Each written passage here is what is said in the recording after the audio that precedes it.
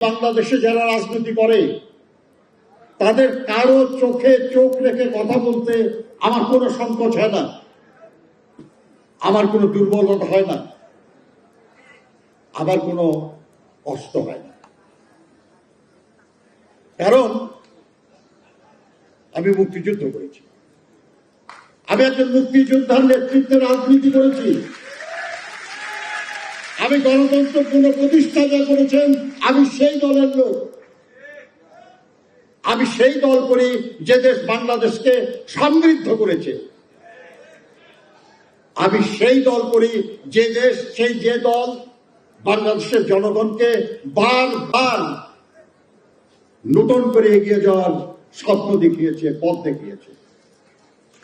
আমি আপনাদেরকে বলি, যারাই আজ রাজনীতিতে আমাদের প্রতিদ্বন্দ্বী বলে দাবি করেন, প্রতিপক্ষ বলে দাবি করেন, তাদের চোখে চোখ রেখে জিজ্ঞাসা করুন কোথায় ছিলেন 1971 সালে, যখন আমরা সবাই পাকিস্তানি হানাদার বাহিনীর হাতে নির্যাতিত হচ্ছিলাম, আমাদের যুবকদের ছাত্রদের ধরে ধরে খুন করা হচ্ছিল, আমাদের মা বোনকে নিপীড়ন করা হচ্ছিল, আমাদের বাড়িঘর জ্বালিয়ে দেওয়া হচ্ছিল। কোথায় ছিলেন আপনারা তখন? গত 16টা বছর ধরে যে লড়াই চলেছে এই স্বৈরাচারী ফ্যাসিবাদী সরকারের বিরুদ্ধে, এই লড়াইয়ে বহু বছর আমরা বহু দলকে পাশে পাই নাই, কিন্তু বিএনপি একটা দিনের জন্য এই আন্দোলন থেকে পিছু হটে নাই।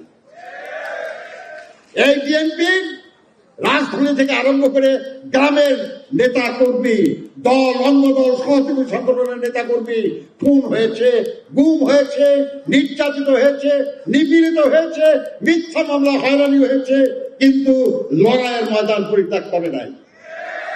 এই সেই বিএনপি, যে বিএনপি এত চাপ, এত লোভ, এত মোহ অগ্রাহ্য করে যারা তারেক রহমানের নেতৃত্বে ঐক্যবদ্ধ থেকেছে, দল পরিত্যাগ করে নাই কেউ। সেই বিএনপির একজন কর্মী হিসাবে আমি নিশ্চয়ই গর্বিত, 100 বার গর্বিত।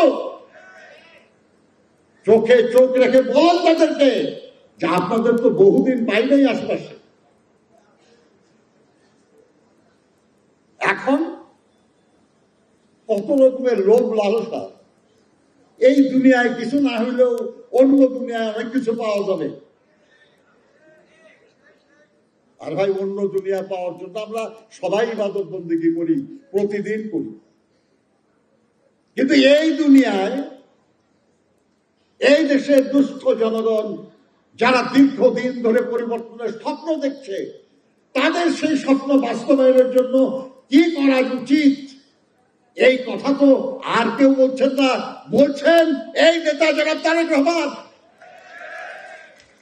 শিক্ষা ক্ষেত্রে কি করা উচিত, কি করতে হবে বা কি করা হবে, স্বাস্থ্য ক্ষেত্রে কি করা হবে, ক্রীড়া ক্ষেত্রে কি করা হবে, নারীদের জন্য কি করা হবে, শিশুদের জন্য কি করা হবে, শ্রমিকদের জন্য কি করা হবে, কৃষকের জন্য কি করা হবে, এমনকি মসজিদের ইমাম, মুয়াজ্জিন এবং অন্য ধর্মের উপাসনালয়ের যারা প্রধান, তাদের জন্য কি করা হবে, বিস্তারিত উনি জনগণের সামনে উপস্থাপন করছেন। জনগণের কল্যাণের জন্য রাষ্ট্র পরিচালনার দায়িত্ব গ্রহণ করতে হবে, যেমন দুঃসময় দায়িত্ব গ্রহণ করেছিলেন শহীদ প্রেসিডেন্ট জিয়াউর রহমান, যেমন এর সাথে স্বৈরাচারী শাসনে একবার নিঃস্ব হয়ে যাওয়া বাংলাদেশকে পুনর্গঠনের দায়িত্ব নিয়েছিলেন বেগম খালেদা জিয়া, তেমনি লুটপাট এবং দুর্নীতি অনাচারের মাধ্যমে এই দেশটাকে নিঃস্ব করে দেওয়ার অবস্থায় পুনরায় দায়িত্ব গ্রহণের জন্য আমরা যেন আমাদের নেতা জনাব তারেক রহমানকে সামনে পাই।